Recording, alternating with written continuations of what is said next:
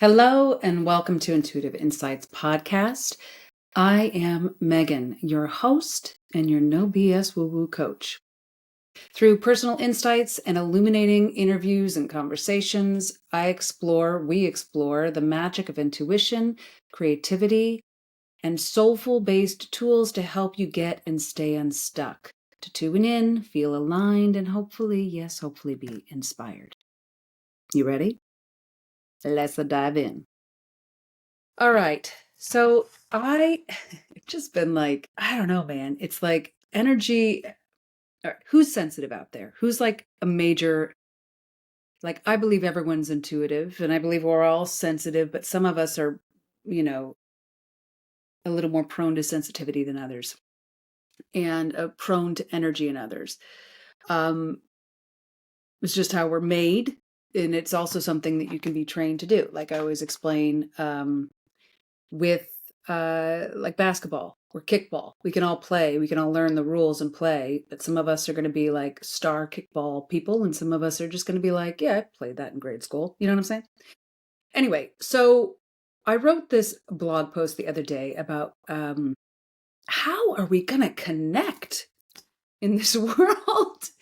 Like, especially the US, how are we going to connect? How are we going to find that connection, that how are we going to be able to listen again? And what I offered in this blog post was creativity. Oh, sorry, that's not a lie. I mean, you can be creative. Yes, true. But curiosity. And when we're curious, we're open. We don't have our guards up. We don't have our boundaries drawn, our lines in the sand. Our minds aren't made up. We're curious. We're in a state of growth and learning and listening. So the blog post was about being curious rather than being right. Because truly we can rationalize anything. Anything can be rationalized. I'm sure the Nazis had a great rationalization for what they were doing. I'm sure they thought they were right. So being right doesn't really matter. What matters is connection, curiosity, love, the realization that the only thing separating my light from yours is my skin suit. You know? The finite vehicle of this body that I'm living in this life. Otherwise, we're the same. We're the same light coming from the same source. That's what I believe. And I feel like at its core, that's what all religions were trying to get at before they got all messed up. That's my opinion. Take it or leave it. But what I wanted to share today was this, sometimes by the way, I have this like, it makes me feel so old and I love it so much, but it's like a headband. It's supposed to be for jogging, but I wear it to sleep. And it's like a Bluetooth earphones headband, but I don't feel it on my head. Like I don't even notice it.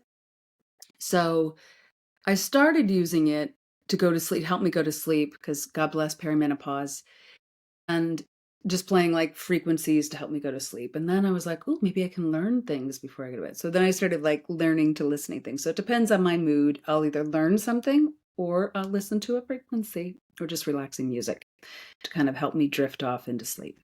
Oh, this particular day, just recently,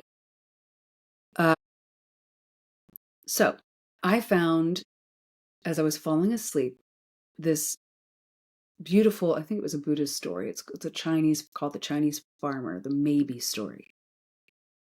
And I thought I'd share it with you today because I feel like it's an extension of that conversation of to be curious.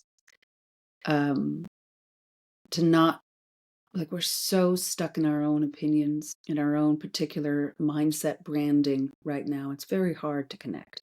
And I feel like this story may offer a way for more connection, or at least the idea of it. Okay, here we go. The Chinese farmer story. Once upon a time, there was a Chinese farmer whose horse ran away. That evening, all of his neighbors came around to commiserate. They said, "Oh, we're so sorry to hear your horse ran away. This is most unfortunate." The farmer said, "Maybe." The next day, the horse came back bringing 7 wild horses with it. And in the evening, everybody came back and said, "Oh, isn't it lucky? What a great turn of events. You have 8 horses." The farmer again said, "Maybe." The following day, his son tried to break one of the horses, and while riding it, he was thrown and broke his leg. The neighbors then said, "Oh dear, that's too bad." And the farmer responded, "Maybe." The next day, the conscription officers, I don't know what that means, but bear with me, came around to conscript. What is that? I'm looking that up. People into the army. That seems like it's the wrong word. Or maybe I'm just a moron. Okay. To conscript people into the army. And they rejected his son because he had a broken leg. And again, all the neighbors came around and they said, "Oh, isn't it great?" Again, he said, "Maybe." The whole process of nature is an integrated process of immersion into complexity, and it's really impossible to tell whether anything happens is good or bad, because you never know what the consequences of misfortune may be, and you never know what the consequences of good fortune may be. I'm also going to reiterate that. This is a quote of Alan Watts. You never know what will be the consequences of misfortune, or you never know what will be the consequences of good fortune. So the reason I wanted to share that was because I feel like we are so full of extremes now. And this farmer in this story didn't allow himself to get pulled in one direction too far.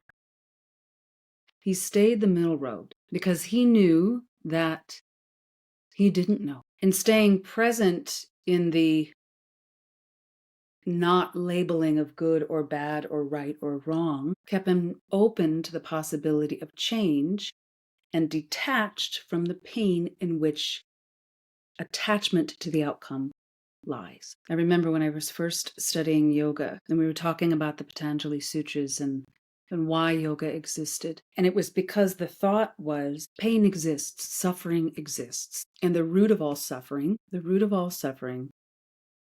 comes from expectation. And so this farmer, he didn't expect much from anything.